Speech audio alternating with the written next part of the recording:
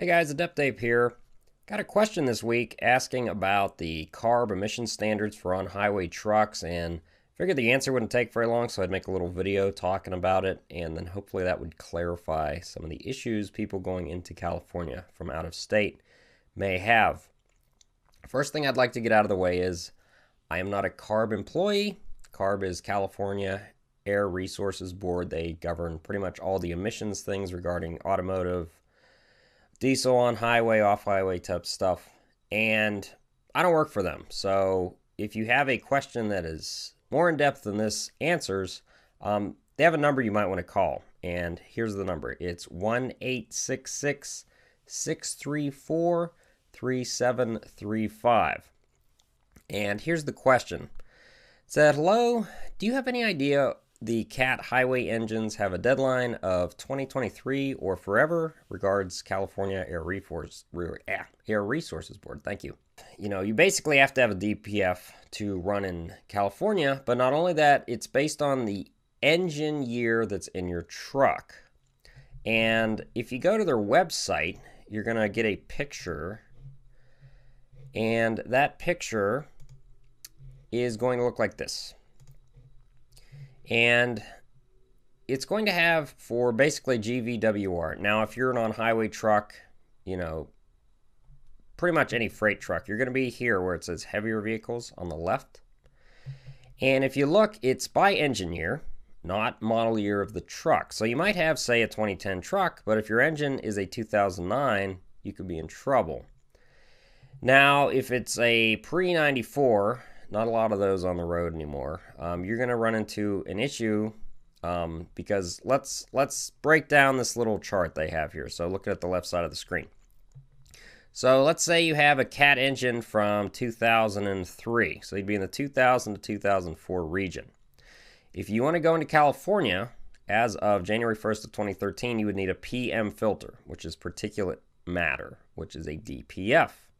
Now, you can have an aftermarket one of those installed. You don't have to have an actual CAT one. Donaldson makes them. There's a bunch of other companies that make aftermarket ones. And that would allow you to run in California. However, I would, hazard you, if you are going to run into California, call that number. Make sure there isn't any other things you need to inspect or have inspected, and you have an up-to-date data tag for emissions. So sticking with that 2003 truck with a 2003 engine in it, you can still run in California. Now, if you look on the right, it also has a January 1st, 2021 date. And what that means is even with a DPF add-on for your 2003 engine, after January 1st, 2021, you cannot run in California unless you have a 2010 or newer model engine year. Now, that doesn't mean, from what I've read, that the truck has to be newer. So if you have a really nice Peterbilt that's in great shape and you don't want to buy a new truck with, say, a 2012 engine, or a 2014 engine, you could keep your old truck, but you would have to get a 2010 or newer engine in it. Now, 2010 or newer, you wouldn't be buying a CAT, obviously. Probably go with a Cummins. Now, that would have EGR. It would have the SCR system on it. It would basically have all the latest and greatest emissions items on it. And at that point, you could run in California. Now, obviously, not just the engine would have to be changed. If you're going to be running a Cummins engine, a newer Cummins engine, you'd probably have to do the SCR canister. You'd probably have to run the Bosch DPF, not just, say, an aftermarket Donaldson one. It would cost a lot of money. Probably the best way to go would be to get like a wrecked truck if you could find one, swap over the motor, the DPF, all that. You're talking a lot of work. Most guys aren't going to do that, but this is just, explaining the rules here. So really the latest you could run a CAT engine, like 2009, that was about the last of the CAT engines with the SDPs. Those would already have a DPF on them, and you could run up to January 1st, 2023.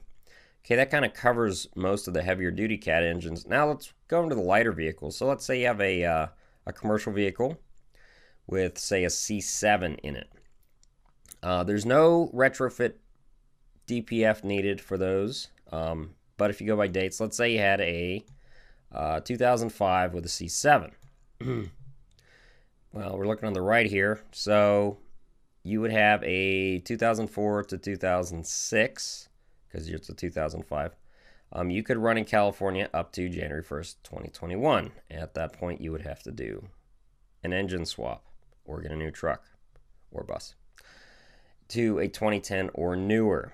Now, obviously, the emissions get more stringent each year. So does that 2010 cover forever? It doesn't specify, at least I couldn't find on their website.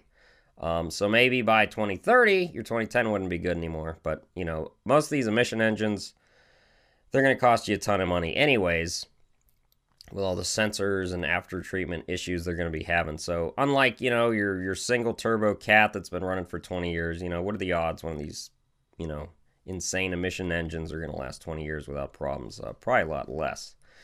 And that kind of goes over just the basis of what you need to know for going into California from out of state.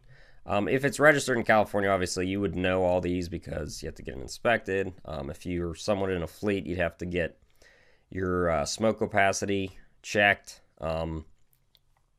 things like that. But most guys don't live in California, so this kind of goes over you know, what's going on in California, what you need to know before if you are going to be running a load into California, because obviously California doesn't like smoke, right? Well, I hope you enjoyed that video and hope it clarified a few things. You know, check out the CARB website if you have more questions, or like I said, call that number, and they should be able to clarify any other issues you may have as far as getting in or getting out of California. Okay, thank you.